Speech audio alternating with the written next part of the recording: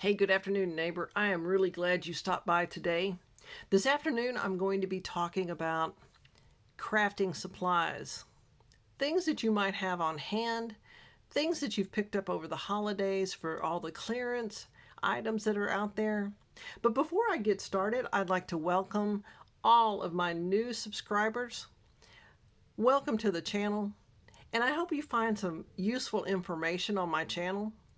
I talk about being self-sufficient, being frugal, cooking, gardening, and I have a gardening series. And I'll soon have a series coming out, so stay tuned. It's about things going on in the football season, which we're in. I welcome my new subscribers, and if you could hit that thumbs up and also go to where the drop down is and the little bell and make sure that it's lit up, so you don't miss any of the future videos that I'll be putting out. There's some exciting things coming out in the future, and I just don't want you to miss out on these. In this video, again, I'm going to talk about crafting supplies.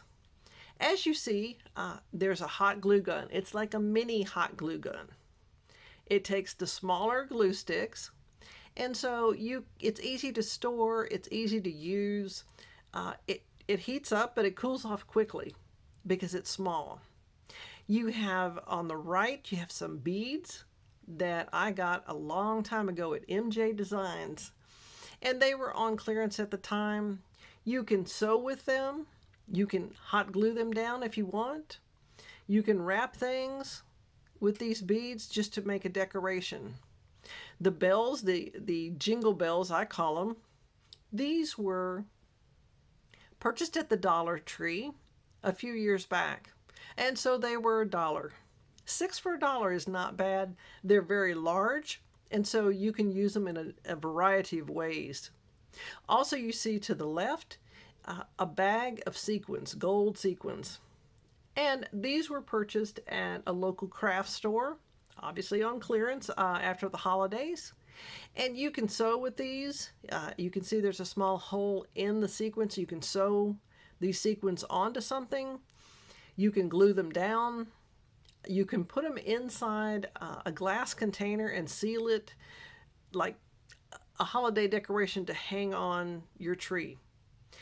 And it just makes a nice presentation when you do that. You'll also see on the bottom of this video, there are some small pieces of fabric. One, I'm not sure if you can see it, but it has unicorns on it.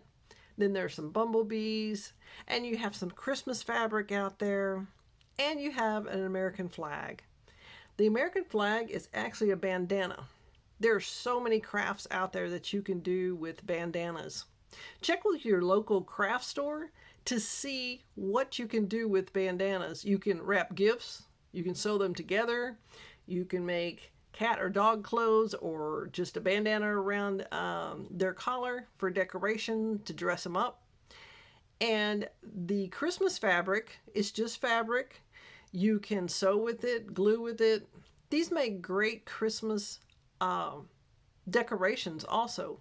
You can make a decoration in the shape of a circle, a tree, a star.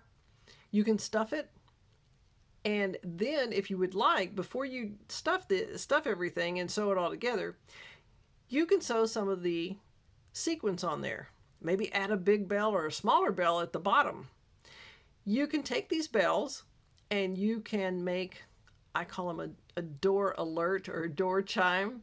On the inside of your front door or any door that leads out, you can take some twine, some rope, some ribbon. You can tie some of these bells on there, so every time someone opens the door or moves the door, you'll hear the bells.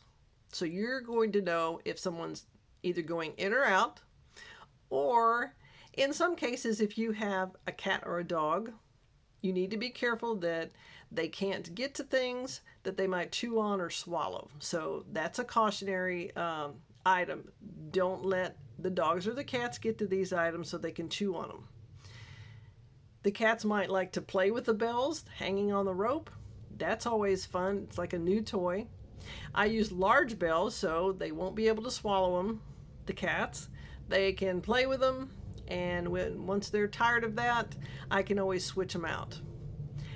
I have different bell alerts or alarms all over the homestead, and it's just a good reminder of someone coming in or someone going out. Well, I hope you enjoyed this video this afternoon. See what you have in your craft supplies that might be a good idea just to have on hand. In the winter months, if you can't go outside and there's snow or ice or it's just too cold to go outside, and you have children or adults that are inside and they're bored and they just want something different to do, bring out your craft bag. I have a craft bag, it's fairly large. Bring it out and put it out on the table and just let creativity flow.